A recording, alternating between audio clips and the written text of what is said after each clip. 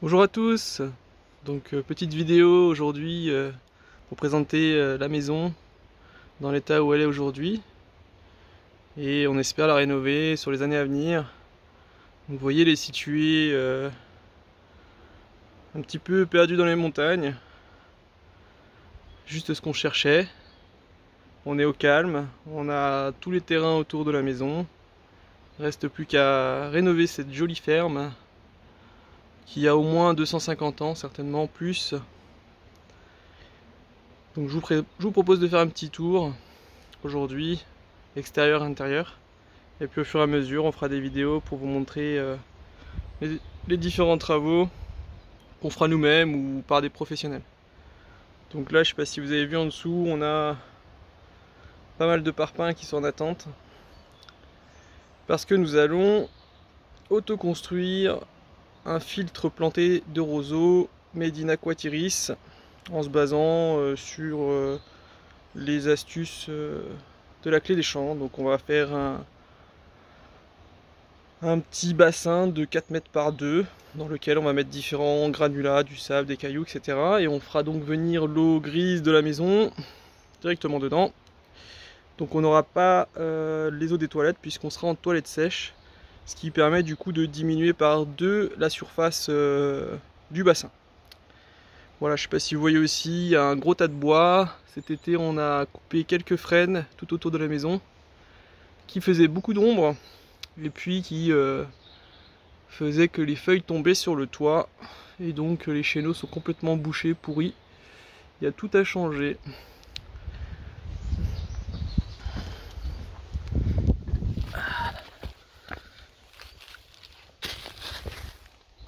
Alors ce que vous voyez là à l'extérieur de la maison, l'espèce de petit rond, on se demandait ce que c'était au début, lorsqu'on a visité la maison et qu'on l'a acheté. C'est en réalité un four à pain, qui est donc à l'extérieur de la maison. Hop hop hop, je vais essayer de prendre la vue un petit peu par ici. Donc le four à pain est à l'extérieur de la maison, donc c'est un four, une voûte en briques, qui est certainement entourée de cailloux et de sable. On va pouvoir aller voir à l'intérieur. Donc voilà la façade,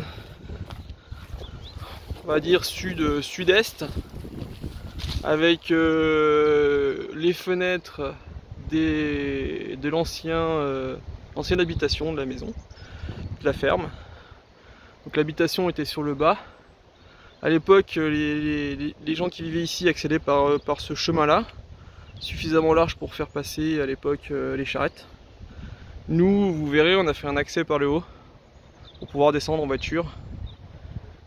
Et dans l'idée, nous allons donc faire un gîte sur la partie rez-de-chaussée. Et notre future maison dans la grange.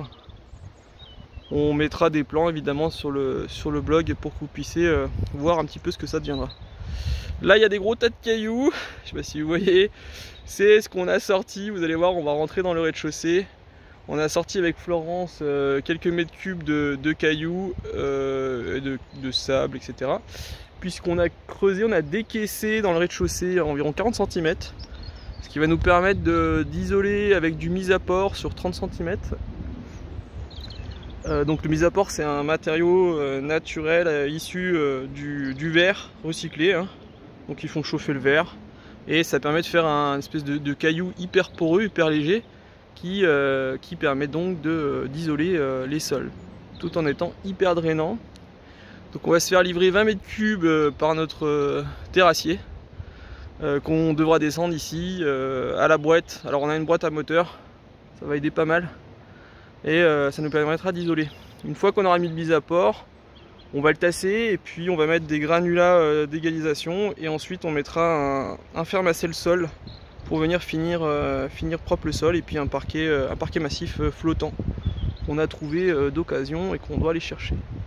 Voilà donc la maison sud-est, la grande façade ouest hein, qui devrait venir s'ouvrir d'une grande baie un jour ou l'autre. Et donc on va essayer de rentrer dans la maison. Alors on va essayer d'ouvrir les fenêtres aussi parce que ça va être sombre. J'ai de la lumière. La porte d'origine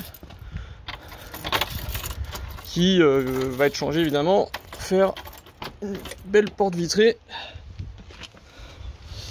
Je vais allumer, hop.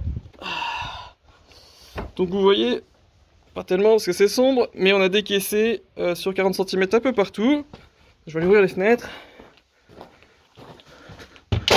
Les volets, parce que les fenêtres n'existent plus vraiment. Celle-ci est récalcitrante. Voilà. Essayez de pas trop tomber. Donc ici c'était l'ancienne, on imagine que c'était l'ancienne cuisine. Alors on a décaissé sur 40 cm, vous voyez, hein, c'est pas mal de boulot. Surtout lorsqu'on tombe sur la roche, comme ici.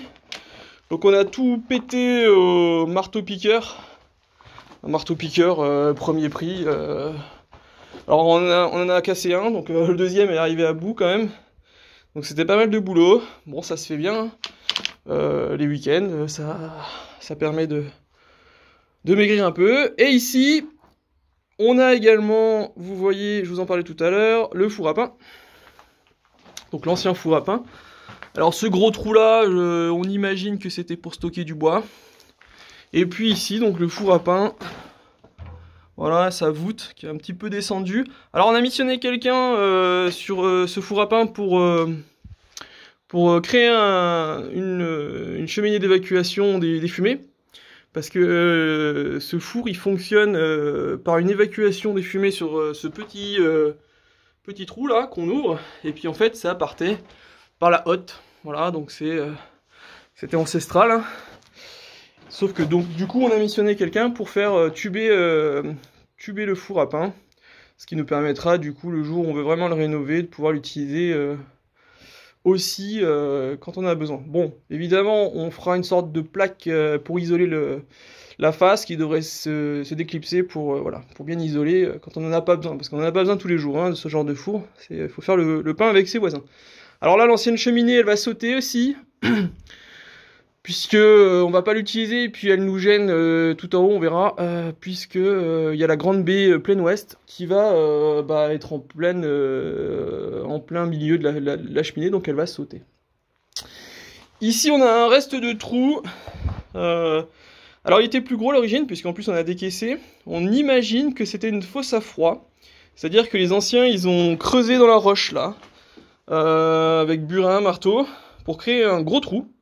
Ce qui permettait du coup à l'air froide de descendre dans le trou. Faut bien imaginer qu'ici, il y a 100 ans, on est à presque 800 mètres d'altitude. Il y avait pas les mêmes hivers qu'aujourd'hui, ça caillait beaucoup, pas isolé. Donc en fait, ils faisaient des fosses à froid comme ça. Alors je sais pas si c'était utilisé pour stocker aussi à manger, peut-être. En tout cas, nous, on n'a pas vu de trappe quand on a démonté le parquet. Mais voilà, fosse à froid. Alors ici, on a laissé un petit peu ouvert parce qu'on va faire un gros trou dans le mur, en dessous du mur, là, parce que ça sera l'évacuation des eaux grises du gîte et de la maison qui vont passer par là pour aller, comme je vous l'ai montré tout à l'heure, vers l'épuration Aquatiris. Alors voilà, vous voyez, hein, on a bien creusé, la porte a été maintenue avec quelques cailloux. Ici, donc une autre pièce qui devait servir peut-être de chambre. Alors on avait trouvé ici un vieux four à bois qu'on a viré. Ça stocke le matériel, donc ici ça sera une future chambre. Voilà. On peut essayer d'ouvrir aussi pour donner un peu de luminosité. Alors vu qu'on a décaissé, il faut une petite échelle maintenant. Voilà, un peu de soleil.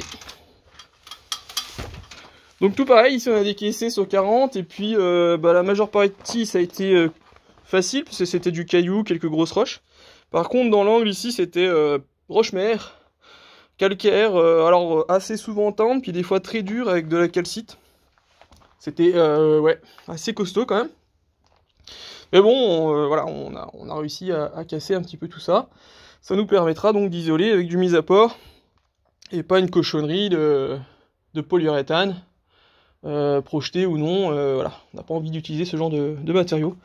Donc ici, hop, le parquet, enfin le plancher, pardon, avec les solives. Alors il y avait un vieux lambris que j'ai défoncé, voilà. Alors a priori tout ce qui est plancher, ça va être repris, puisque les anthrax sont trop importantes. Puis bon, le bois hein, qui est de l'épicéa commence à se faire vieux. Donc on va voir comment on fait pour reprendre tout ça, mais a priori on va mettre des anthrax d'environ 60 environ, puisque l'idée c'est de mettre une laine de bois de 200 mm qui fait 575 de large. Donc voilà, il faudra que ça soit bien fait comme ça. Alors, je montre aussi ici le plancher, voilà, qui sera à reprendre.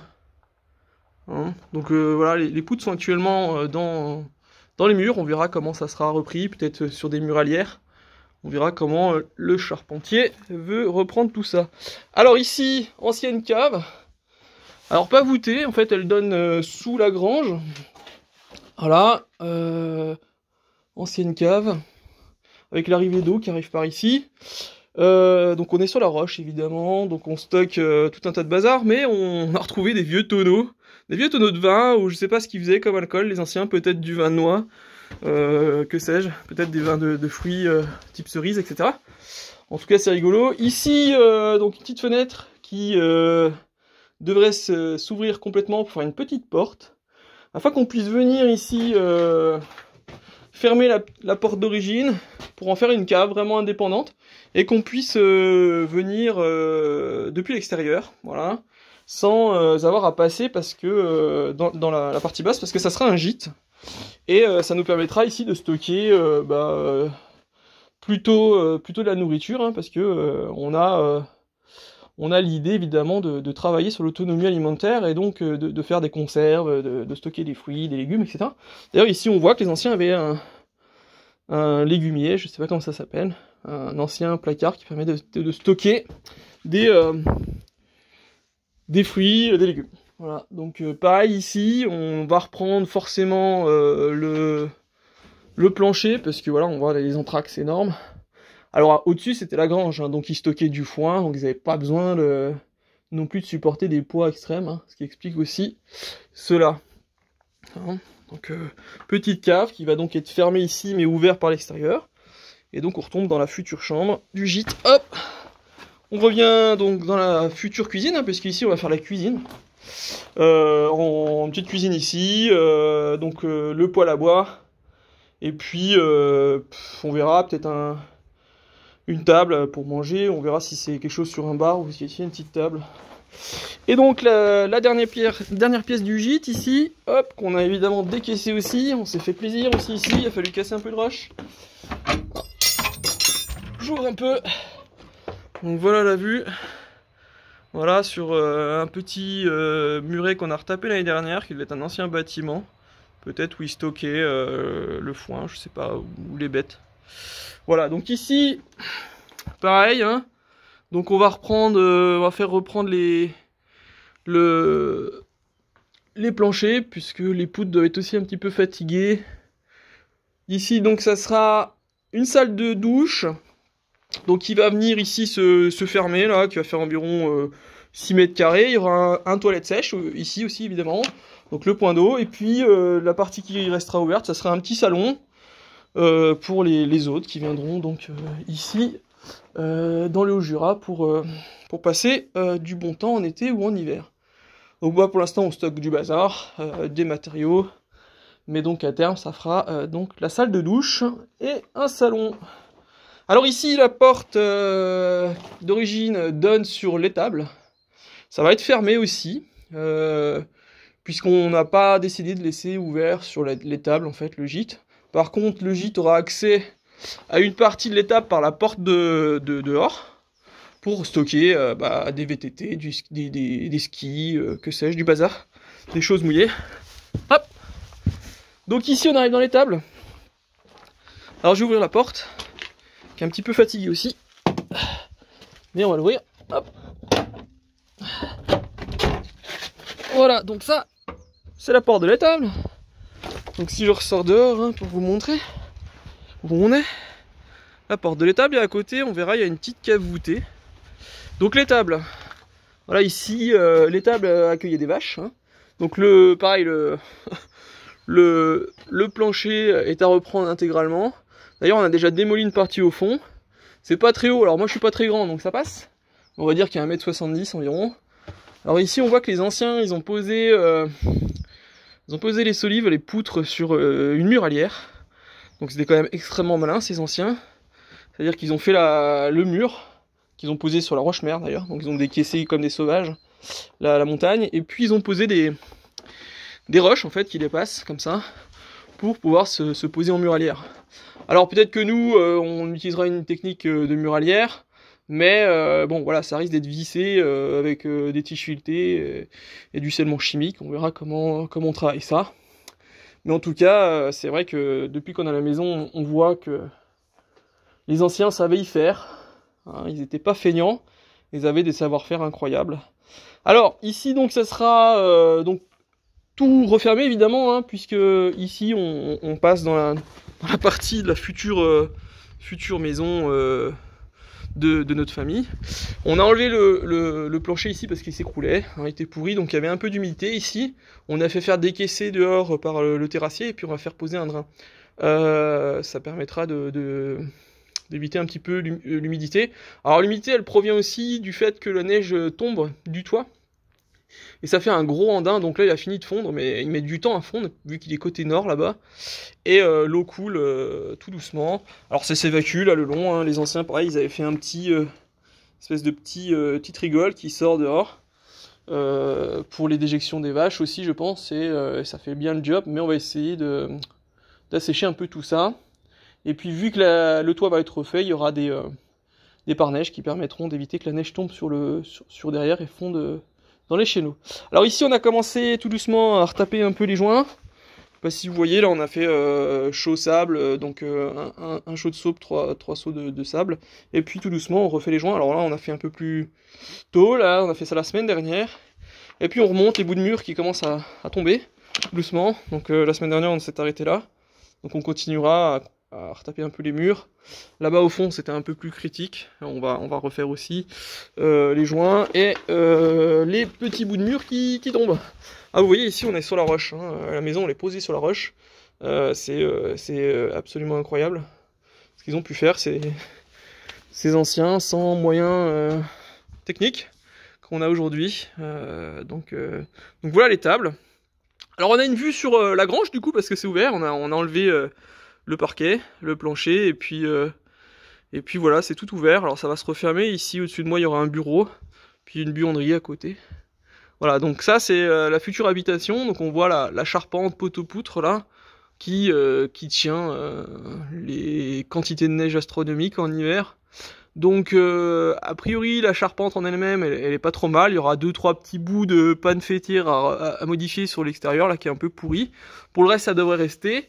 Et puis au niveau du toit, donc il y aurait une isolation en sarking, c'est-à-dire qu'on isole par l'extérieur. Ça évite de perdre de la surface à l'intérieur, avec a priori 40 cm de laine de bois pour bien isoler. Alors pour avoir de la lumière dans cet grand espace, on va faire, enfin si le permis est accepté, parce que c'est pas gagné encore, il y a un outo qui va être créé là-bas sur la façade sud-est, espèce de grand triangle, qui va permettre de faire venir une grande baie. Et puis sur la façade ouest, là-haut, là où il y a déjà un petite lumière, là que vous prenez en pleine tête, bah, il y a une grande baie qui du coup va faire tomber la cheminée forcément, hein, puisque elle est en plein milieu. Et du coup ça devrait éclairer toute l'habitation. Il y aura aussi ici une porte vitrée pour accéder au bureau. Et puis dans l'entrée là-bas, on va aller voir dans le futur sas, il y aura aussi une fenêtre pour éclairer. Donc voilà un petit peu pour la partie rez-de-chaussée. Voilà. Donc je sors de l'étable. Hop, et je ressors dehors. Voilà, dehors où du coup on donne sur un petit peu toute notre propriété, parce qu'en fait on a tous les terrains autour là. Donc ici vous avez la vue sur notre verger. On fera un petit tour tout à l'heure. Je ferai une petite vidéo. Donc on a planté 250-300 arbres fruitiers pour du coup développer un peu l'autonomie alimentaire, faire une sorte de jardin-forêt. Alors plutôt du fruitier classique, hein, pommier, cerisier, etc. Puis quelques trucs un peu sympas. Donc on fera le tour tout à l'heure. Alors ici on arrive sur la partie supérieure de la maison. Hop, voilà. Donc là il y a une petite avancée qui est contemporaine, hein, de la maison. Je sais pas quand est-ce que ça a été fait, mais en fait elle porte sur une petite cave voûtée. Alors je vous ai pas montré, donc je vous la montre tout de suite. Elle est juste là. Pour l'instant il y a du bois dedans. Je sais pas ce qu'on en fera. Peut-être une cave à vin. Voilà, donc il y a une petite cave voûtée ici. Hop là, voilà. Donc en fait la petite maisonnette au-dessus là, qui va devenir un sas d'entrée, avec la porte d'entrée vitrée, etc. Eh bien, elle est posée sur cette petite cave voûtée, donc on viendra aussi rejointoyer, etc. Pareil, on va essayer de faire un drain là sur le long pour éviter que ce soit humide.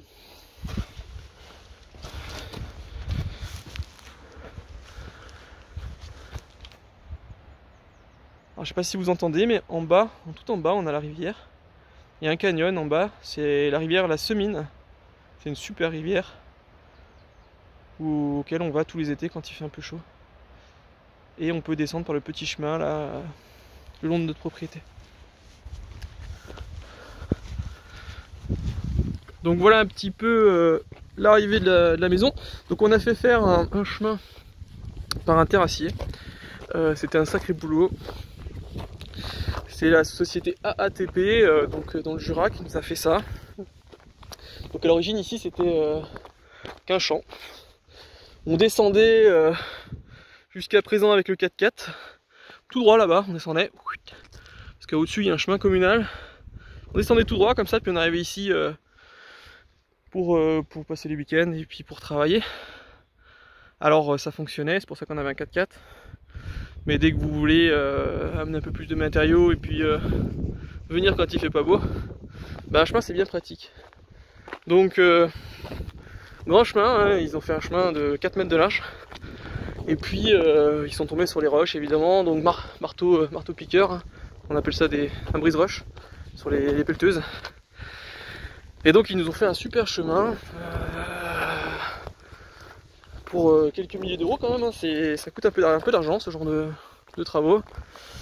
Hop, on arrive à peu près au-dessus. Donc voilà, on est connecté au chemin communal. Et donc là j'arrive tout au-dessus de chez nous. Voilà. Un peu de vent. Et voilà, donc on a ce chemin d'accès. Donc sur cette partie-là, on va faire un coin petits fruits, on va commencer à planter. Donc ça va être framboisier, noisetier, mûrier, enfin roncier si on veut être précis. Voilà, on a quelques arbres fruitiers quand même, notamment 3 pommiers du Kazakhstan là, qui nous ont été envoyés cet automne. Et voilà, ça sera le petit coin, le coin petits fruits, puis en bas là-bas, on va faire un coin pour les enfants. Pour poser une balançoire, etc. Donc on a l'électricité qui arrive, alors c'est débranché, on a fait poser un coffret de chantier. On a l'électricité, l'eau potable aussi, et puis ce qui nous a permis de venir ici, en fait, là-bas, je sais pas si vous voyez, un tout petit boîtier blanc, c'est la fibre optique. C'est ce qui nous permettra de pouvoir travailler depuis ici. Alors là on a la vue sur le verger, on a la vue sur une magnifique falaise là-bas.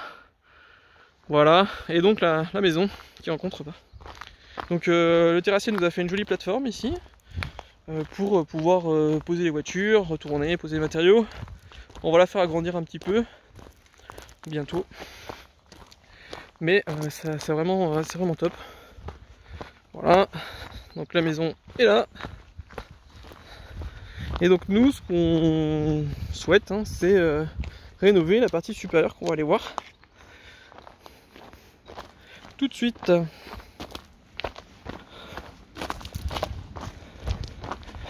Alors voilà, la porte d'entrée sera ici, comme je prends un peu de recul, hop, comme la porte actuelle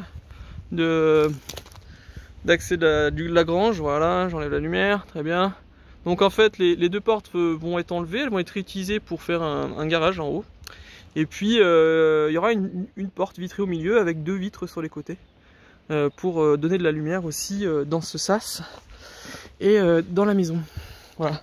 Donc ici ça fait quelques mètres carrés. Il y aura une fenêtre au fond là-bas qui donnera une luminosité pour le matin. Et voilà, l'idée c'est de faire un sas, c'est-à-dire on est en montagne, on a les chaussures sales, ça nous permet de nous déchausser et de mettre nos manteaux. On fera une armoire ici et ça nous permettra voilà, d'être nickel pour rentrer dans la maison.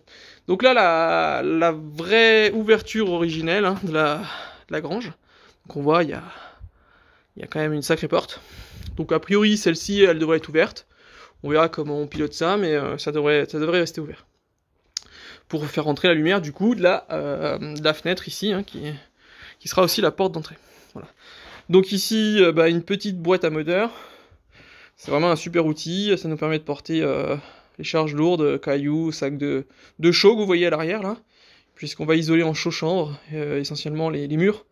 Donc il faut une grosse quantité de chaux avec de la chaîne botte. Et c'est vrai que cette petite boîte, elle va bien pour travailler. Ouais, c'est un super outil. Donc ici, la grange. Donc on se retrouve au-dessus de l'étable. Donc toujours pareil, le parquet à sauter là, le plancher à sauter. Donc ça va être refait. Ici, il y aura donc pour la première partie une buanderie. Et puis on devrait faire soit le tour, soit il y aurait un petit couloir qui permettrait d'aller sur le fond de cette partie, qui serait un bureau pour travailler, avec une porte-fenêtre qui donnerait sur l'extérieur, là, en pétant le mur. Voilà. Donc toujours la charpente, voilà, hein, en sapin, en épicéa. Les portes d'origine, il y en a une qui est par terre, on l'avait fait sauter. Donc voilà. Ici, dans cette partie-là, on aura la cuisine. D'accord.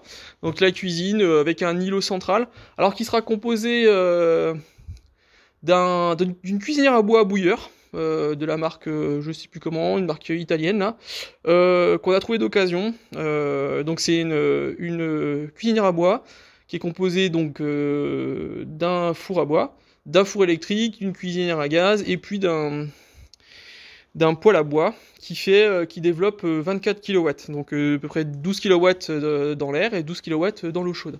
Donc au niveau du chauffage, l'idée c'est de chauffer essentiellement avec ça.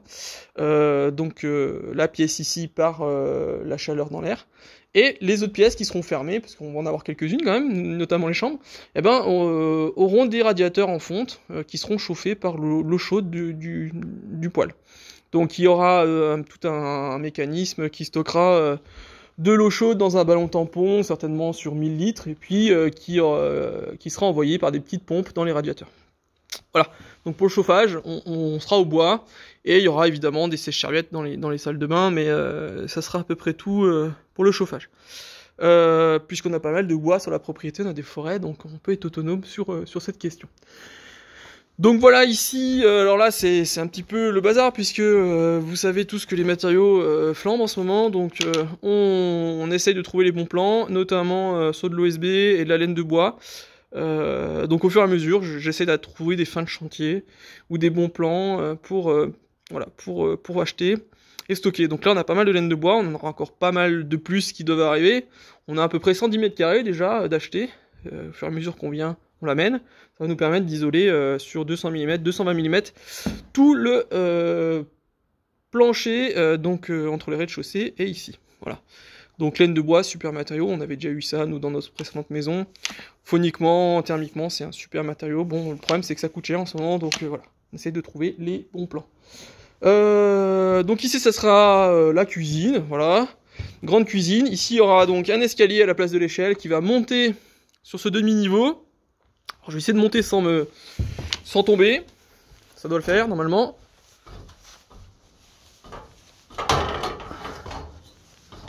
Voilà.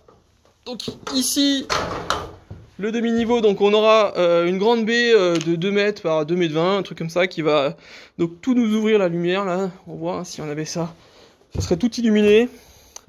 Et donc ici, ce qui est prévu, c'est un salon. Voilà, donc canapé, petite bibliothèque. Pour pouvoir se détendre tranquillou au-dessus de la cuisine. Alors ici donc la pièce là qui est un petit peu en contrebas, on va la laisser comme ça normalement en contrebas et elle va devenir normalement une petite salle de jeu pour les enfants qui sera ouverte hein. Et il y aura une petite bibliothèque aussi, des bancs pour ranger le bazar et puis voilà. Ce qui est prévu aussi, hein, bon après le problème c'est qu'on prévoit plein de choses et puis après on voit le budget qui éclate. Ce qui est prévu normalement, c'est de faire un filet. Alors pas sur toute la partie, mais sur les 3/4, un filet pour pouvoir se détendre dessus. Voilà. D'ici, voilà, on aurait un accès sur un filet. Et sur la partie là, en fait, on viendrait construire une petite passerelle qui monterait là-haut, encore un peu plus haut, sur la partie du dessus. Là, on voudrait faire une mezzanine pour créer la chambre parentale. Voilà, tout au-dessus, avec des fenêtres fixes type atelier. Voilà, bon, ça c'est pas pour tout de suite, puisqu'on a déjà des problèmes de budget pour refaire la toiture, l'électricité, etc. Donc, donc pour l'instant, eh bien, on va retaper en dessous de ce secteur de chambre, plus créer une salle de bain en faisant tomber ici un mur de refend sur lequel je marche, là. On va le péter. Ça va nous permettre du coup de créer une salle de bain entre les deux chambres, avec un couloir sur le devant, qui permettra du coup de desservir les deux chambres pour prendre une douche. Et donc pour y accéder, on va créer en dessous de l'échelle, à côté de l'escalier, enfin ils vont se débrouiller, une petite porte qui va descendre dans le couloir qui distribuera les deux chambres. Alors je vais essayer de redescendre toujours pareil sans tomber.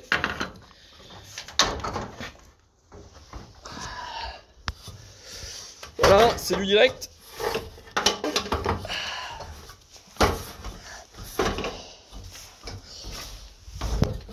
Voilà.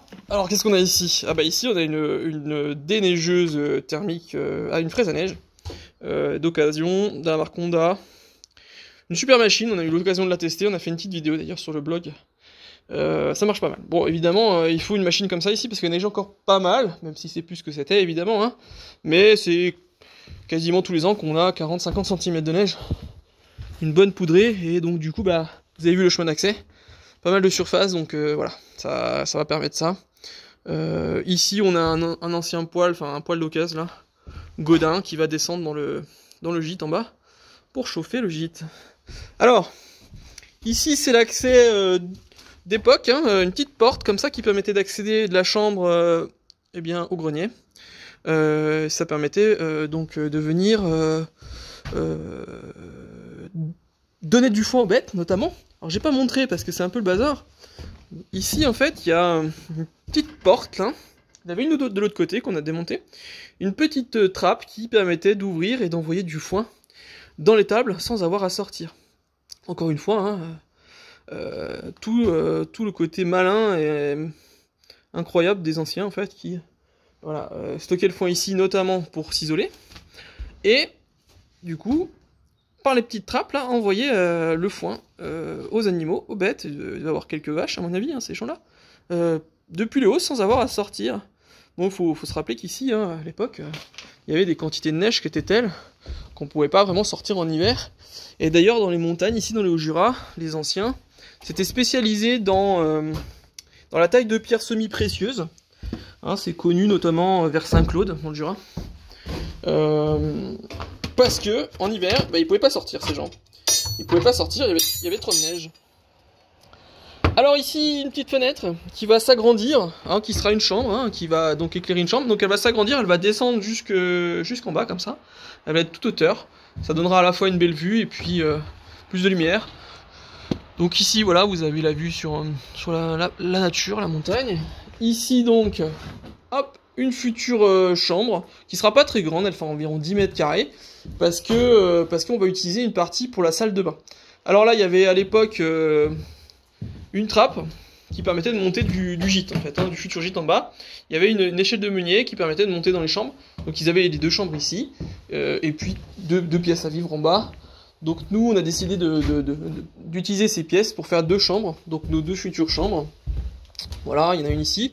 Donc hop, ce petit mur de refend là, voilà, il va sauter ce mur de refend parce qu'on doit faire la salle de bain entre les deux pièces. Voilà, j'ouvre ici. Voilà, vous voyez, on a tout piqueté, hein. On a tout piqueté. Alors ici, les solives, elles ont été changées. Bon, il va falloir quand même les enlever parce que vu qu'on a le mur de refend puis qu'elles portent dessus, bah, elles vont tomber. Il va falloir tout refaire.